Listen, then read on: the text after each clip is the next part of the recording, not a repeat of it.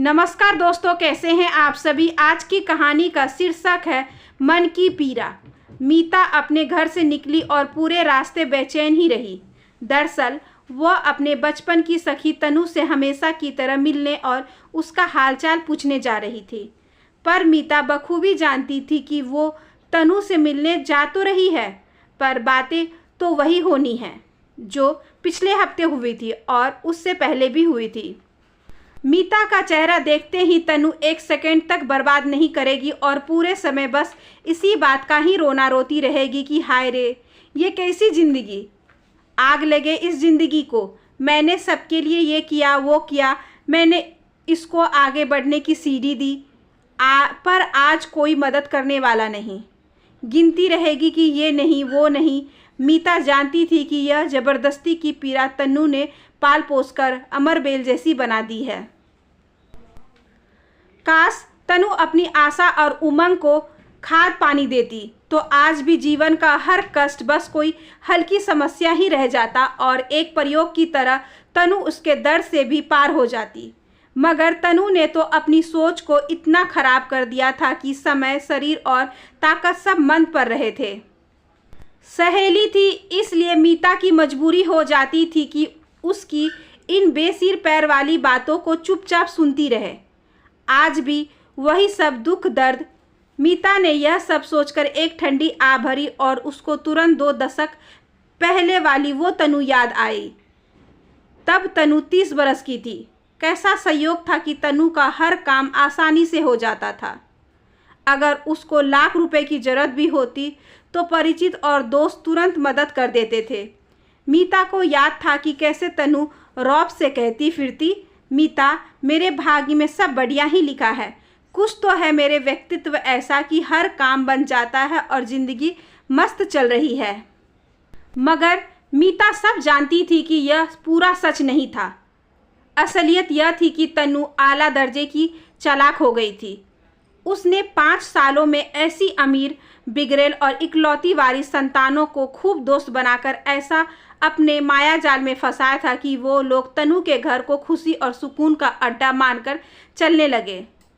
मीता सब जानती थी कि कैसे प्रपंच करके तनु ने लगभग ऐसे ही धन कुबेर 10-12 दोस्तों से बहुत रुपए उधार ले लिए थे और शान से कहती थी, जिनसे पैसा उधार लिया है वो सब अब देखना कैसे जीवन भर मेरे इर्द गिर्द चक्कर काटते रहेंगे। मीता जब आश्चर्य करती वो कहती, तुम तो नादान हो, देखती नहीं कि यह सब किस तरह अकेलेपन के मारे हैं बेचारे। ये देकर इनको मेरे ही घर पर आराम मिलता है। मगर मीता तनु की यह सब दलीलें सुनकर बहुत टोकती। बस घूमने फिरने और महंगे शौक पूरे करने का दिखावा बंद करो तनु, आखिर दोस्त भी कब तक मदद करते रहेंगे। पर तनु हंस देती थी और कंधे झटक कर कहती, मीता मेरी दोस्ती तो ये लोग तोड़ ही नहीं सकते हैं। देखो मैं यहाँ नगर निगम की कर्मचारी हूँ, मेयर तक पहुँच है मेरी, मैं सबके बहुत काम की हूँ, वगैरह वगैरह। और फिर यह सुनकर मीता खामोश हो जाती थी। पर कहते हैं ना, समय एक समान नहीं रहता। आखिर समय ने रंग दिखा ही दिया। तनु का अपने पति से अलगाव हो गया और उसकी इकलौती बेटी गहरे अवसाद में आकर पहले तो बहुत बीमार रही। कहाँ कहाँ नहीं गई तनु, किस किस अस्पताल में चक्कर नहीं लगाए, पर कोई लाभ नहीं हुआ। एक दिन बेटी कोमा में चली गई, लेकिन अभी और परीक्षा बाकी थी। एक दिन तनु का नगर निगम में ऐसा विवाद और कानूनी तकरार हुआ कि वो विवाद हफ्तों और महीनों तक लंबा खींच गया और उसे महज 50 की उम्र में नौकरी से त्यागपत्र देना पड़ा। आज वो बीमार बेटी को संभाल रही थी, पर कोई पुराना मित्र या परिचित उससे मिलना तो दूर, उसे मोबाइल फ़ोन पर संदेश तक भी गलती से नहीं भेजता था। यह सब सोचती सोचती मीता अब तनु के घर पहुंच चुकी थी और वो बाहर गमले को पानी देती हुई मिल गई। मीता के मुंह से निकल पड़ा, वाह खूबसूरत फूल। यह सुन तनु फट बोल रही थी, हाँ जान पहचान वालों ने तो मुझको बस कैक्टस और कांटे ही दिए, फिर भी कुछ फूल कहीं मिल ही गए। और फिर पाइप से बहते पानी से अधिक आंसू उसकी आंखों से बहने लगे और वो बस बेचारी और कमज़ोर इंसान बनकर हर परिचित को धारा प्रवाह बुरा भला कहने लगी। तब मीता ने कहा, तनु यह जो दुख है ना हमारी, उस यादाश्त की देन है जो खराब बातें ही याद दिलाती है। तुमको यह वर्तमान नहीं बल्कि अतीत है जो रुलाकर समय से पहले इतना कमज़ोर किए दे रहा है। बार बार लोगों को याद करके बुरा भला मत कहो। अच्छे लोगों की कीमत तब तक कोई नहीं जानता जब तक वे हमारे व्यवहार से आहत होकर दूर चले जाने न लगे। हमारे जीवन में कुछ सुकून की जो सांस चल रही होती है वो इन सद्गुणी लोगों के कारण ही होती है। तुम एक बार याद करो कि तुमको कितने सहयोगी दोस्त एक के बाद एक मिलते रहे। तनु कुछ बोली नहीं, बस चुपचाप सुनती रही। मीता बोलती गई, तनु कई लोग तो 10 को बीत जाते हैं और संयोग से मिले रहे हितैषियों से भरपूर लाभ भी लेते रहते हैं, पर वो लापरवाह भी हो जाते हैं। वह अपनी उस खुशकिस्मती या उन मित्रों की अहमियत पर कभी ध्यान नहीं देते हैं जिनकी वजह से उनकी खुशी और आनंद आज अस्तित्व में है। और सच कहा जाए तो वो ही उनका सब कुछ है। कैसी विडंबना है कि आदमी इतना संकीर्ण हो जाता है कि वह सबसे पहले उसी अनमोल खजाने को बिसरा देता है। मैंने सबके लिए कितना किया, तनु गुस्से और नाराज़गी से बोली। रमा को हर हफ्ते मेयर की पार्टी में ले जाती थी और सुधा को तो सरकारी ठेके दिलवाई। उस उमा को तो नगर निगम के विज्ञापन दिलाकर उसकी वह हल्की फुल्की पत्रिका निकलवा दी। सबका काम किया था मैंने, पर आज कोई यहाँ झांकता तक नहीं। नहीं तनु, यह निहायत ही एक तरफा सोच है तुम्हारी। यह संकुचित सोच भी किसी अपराध से कम नहीं है, क्योंकि ऐसे नकारात्मक सोचने वाला अपने दिमाग को सच्चाई से बिल्कुल अलग कर देता है। तनु यह सब सुनकर तमतमाता हुआ चेहरा करके मुंह बनाने लगी, पर मीता निडर होकर बोली, तुम पूरी बात याद करो। तुम कह रही हो कि रमा को तुम दावतों में ले जाती थी, पर उसके एवज में रमा की एक कार हमेशा तुम्हारे पास ही रही और तुमने रमा की नर्सरी से लाखों के कीमती पौधे मुफ्त में लिए। याद करो। तनु को वो सब याद आया और वो अपने होंठ काटती हुई कुछ कुछ विनम्र हो गई। सुधा को तुमने जुगाड़ करके ठेका दिलवाया। हाँ, पर तुम्हारे घर पर कोई भी योजना होता था तो सुधा की तरफ से मुफ्त केटरिंग होती थी। बोलो सच है या नहीं? ओ हाँ हाँ कहकर तनु चुप हो गई। मगर अब मीता बिल्कुल चुप नहीं रही। वो बोली, उमा की पत्रिका में तुम्हारी बेटी की कविता छापना जरूरी था। इतना ही नहीं, तुमने उमा की पत्रिका को अपने ही एक प्रिय पार्षद का प्रचार साधन भी बनाया। याद आया कि नहीं? जरा ठीक से याद करो। हाँ कहकर तनु कुछ उदास हो गई थी। मीता को लगा कि उसे कहीं पार्क या किसी खुली जगह में चलने को कहना चाहिए। आखिर मीता भी इंसान थी और तनु को उदास देखकर उसका मन भी खुश नहीं हो रह सकता था। मीता ने उसके जीवन का हर रंग देखा था। तनु और उसने कितना समय साथ गुजारा था। मीता ने कहा, तनु अभी तो मेड काम कर रही है, वो बिटिया को भी देखती रहेगी। चलो हम पास वाले पार्क तक चहलकदमी कराते हैं। तनु के लिए मीता सब कुछ थी, बहन, दोस्त, हितैषी, सब कुछ। वो तुरंत मान गई और उसके साथ चल दी। घर की 4 दीवारी से पार होते ही तनु को कुछ अच्छा सा लग रहा था। वो आसपास की चीज़ों को गौर से देखती जा रही थी। पार्क पहुंचकर दोनों आराम से एक बेंच पर बैठ गई। तनु वहां पर उड़ रही तितली को यहाँ वहाँ देखने लगी। मीता को अब लगा कि आज तनु को सब याद दिलाना ही चाहिए, ताकि वो अपनी सोच को सही और संतुलित करके सकारात्मक ढंग से विचार कर सके और खुद भी किसी पागलपन जैसी बीमारी का शिकार ना हो जाए। तनु को उम्र के इस मोड़ पर मानसिक रूप से सेहतमंद होना बहुत ज़रूरी था। मीता यह सोच रही थी कि तनु अचानक अपने पति पुष्प की का जिक्र करते हुए बुरा भला कहने लगी। उनकी पुरानी गलतियां बताकर शिकायतें करने लगी, पर मीता ने उसे बीच में ही फिर टोक दिया और जोर देकर कहा, तनु, अगर तुम्हारे पति प्राइवेट स्कूल में शिक्षक ना होकर कोई बढ़िया नौकरी कर रहे होते तो तुम इतना रौब दिखाती उनको? जरा ईमानदारी से याद करो तनु।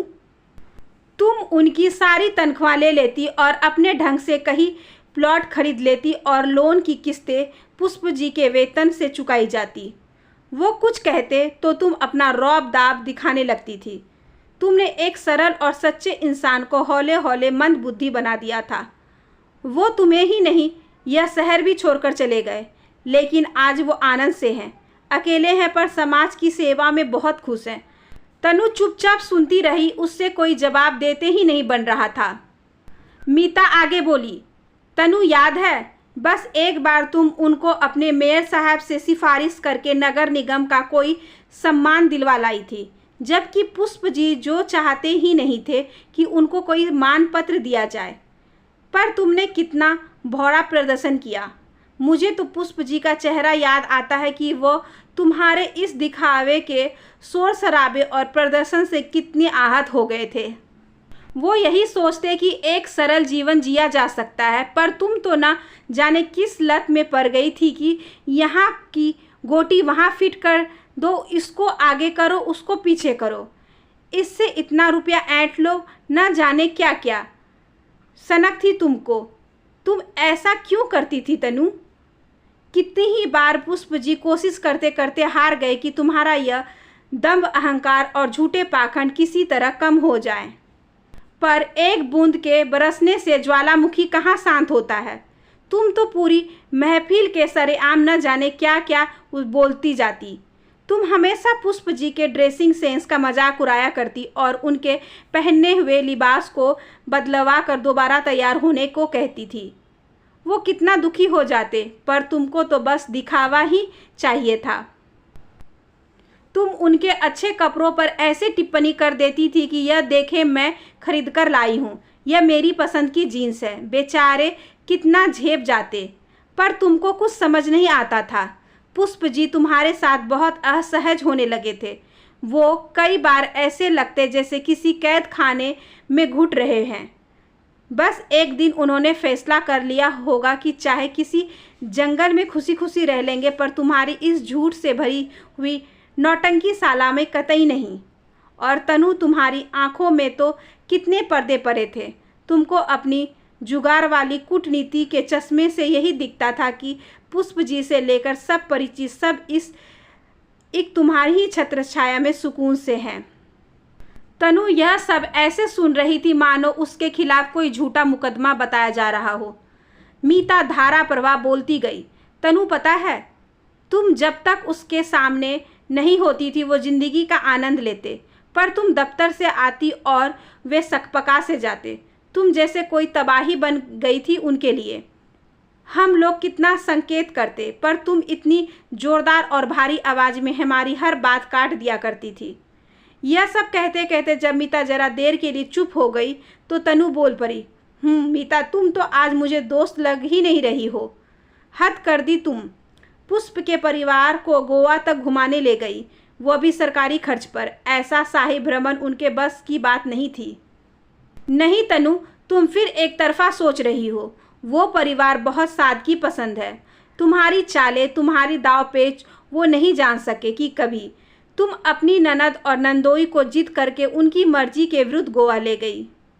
उससे पहले ही तुम इस बात का हर जगह इतना प्रचार कर दिया कि सुन सुनकर पुष्प जी शर्मिंदा हो जाते थे, मानो वो कोई फकीर हैं और तुमने उसको उनके गरीब परिवार को शाही जीवन उपहार में दिया है। पर तुम्हें यह सब कभी समझ नहीं आया, तुम्हें याद भी नहीं। पर तुम्हारे ननद नंदोई गोवा जाकर बहुत परेशान हो गए थे। तुमसे कहना चाहते थे, पर तुम तो अपने प्रभाव और अपने रौब के खेल में बंद रही थी। तुमने एक बार भी उन दोनों का मन नहीं जाना। पर यह बात तुम्हारी नंद और अपने भाई यानी पुष्प जी से कही कि वहाँ इतने छिछोरे लोगों के साथ तुमने उनको पल पल कितना विचलित किया। वे दूसरे दिन लौट जाना चाहते थे, पर तुमने उनको दबाव दे रखकर पूरा सप्ताह जैसे उनका मानसिक शोषण कर दिया था। तनु, वो सरल लोग हैं, इतना छल कपट दिखावा उनके बस की बात नहीं है। लेकिन तुम तो गोवा से लौटकर भी अपनी उदारता का बखान करती रही कि ननद नंदोई को घुमा कर लाई हो वगैरह वगैरह। पर आज देखो, तुम्हारे नंद और नंदोई अपने मेहनत के बल पर कितने सफल उद्योग चला रहे हैं, कितनों को रोटी दे रहे हैं, और तुम उन पर ऐसे अपना सिक्का जमाने की कोशिश करती थी। तनु पुष्प जी हो या उनके बहन बहनोई, वे सब मुझसे बहुत प्रेम रखते हैं, मगर मैं आज भी बस तुमसे ही लगाव रखती हूँ, स्नेह रखती हूँ, क्योंकि एक ज़माने में तुम्हारे पापा ने मेरी 1 साल की स्कूल फ़ी जमा कराई थी। तनु, मेरे पास सबकी खबर है, पर मेरा मन हमेशा तुमसे ही जुड़ा रहेगा। मैं सदैव तुम्हारी ही भलाई चाहती हूँ। कहकर मीता चुप हो गई। तनु यह सुनकर एकदम खामोश हो गई। फिर बोली, मीता, एक एक बात सच कह रही हो। मैं जल्दी मालदार बनना चाहती थी और अमीरों की कमजोरी भांपकर उनका काम करवाकर रुपया मांग लेती थी, पर आज लगता है कि शायद मेरी यह फितरत सब भांप गए और मुझसे दूर होने लगे। सच मीता, अगर मैं यह प्रपंच वगैरह ना करती तो कम पैसा होता, पर कितनी खुशी होती और कितने अपने मेरे साथ होते। आज बस तुम ही हो जो मेरा साथ निभा रही हो। अब तुम देखना, मैं वादा करती हूँ कि अपनी सोच बदल दूंगी। मैं निस्वार्थ लोगों की मदद करूँगी। बेटी जल्द ठीक हो, इसकी कोशिश नए सिरे से करूँगी। कोई मदद मांगने आए तो गुप्त दान करूँगी। कहते हुए तनु का गला भर आया और वे किसी तरह अपने आंसू रोकने लगी।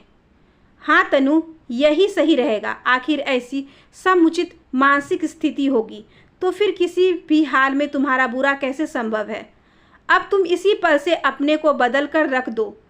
वो मन सुधार लो जो अपना काम निकालने को परिचय की जोर तोड़ करता है। बोलो तनु, कुदरत का भी अपना एक अटल कानून है। वह अच्छे लोगों से मिलवाती रहती है, मगर जब हम उन सहयोगी जनों को बार बार नज़रअंदाज करते हैं तो वे हमसे दूर चले जाते हैं और संसार की कोई भी ताकत उनको वापस नहीं बुला सकती है। इस मामले में किसी की सिफारिश भी काम नहीं आती। इसमें किसी भी रिश्वत का आदान प्रदान नहीं होता है। इस अच्छे संबंध को तो आप बाजार से नहीं खरीद सकते हैं और चाहकर भी इसे आप किसी को नहीं दे सकते हैं। अब यह पूरी तरह से हम सबके ऊपर ही तो निर्भर करता है कि हम जैसा चाहे इस अच्छी संगति को अंत दे सकते हैं। हाँ मीता, सच कहा। इस जीवन को खुशियों से संपन्न करने के लिए मुझको ही यह ज़िंदगी सफल करनी पड़ेगी। इस जीवन के अंदर समझदारी से आगे बढ़ना होगा। हाँ तनु, कहते हुए मीता की आंखों में तनु की आंखों से टकराती इंद्रधनुषी आभा प्रतिबिंब होने लगी। आशा करती हूँ कि आज की ये छोटी सी कहानी आपको अच्छी लगी होगी। अगर अच्छी लगी हो तो please like, share and subscribe करें हमारे चैनल को। ज़्यादा से ज़्यादा शेयर करें और बेल आइकन को ज़रूर प्रेस कर लें ताकि अगली वीडियोज़ की नोटिफिकेशन आपके पास सबसे पहले पहुँचे। धन्यवाद।